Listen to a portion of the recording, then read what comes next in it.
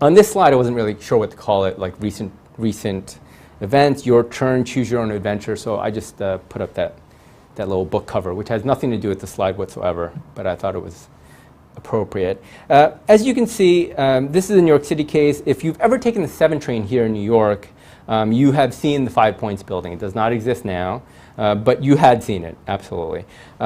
It's a building that the owners allowed to be covered in graffiti, and after 40 years, the owners finally decided to do something with it. On August 21st, 2013, the New York City Planning Commission unanimously decided to approve plans to build condos there, and the City Landmarks Preservation Commission rejected landmark status nomination by the artist because the art was less than 30 years old.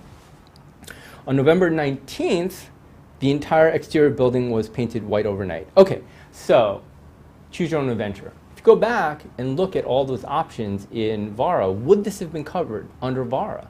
If you look at the actual requirements of the statute, probably not, right? And note that the artist did try to stop it with VARA. They actually sued under VARA. What happened? They lost. And you would have figured this out too if you read the statute.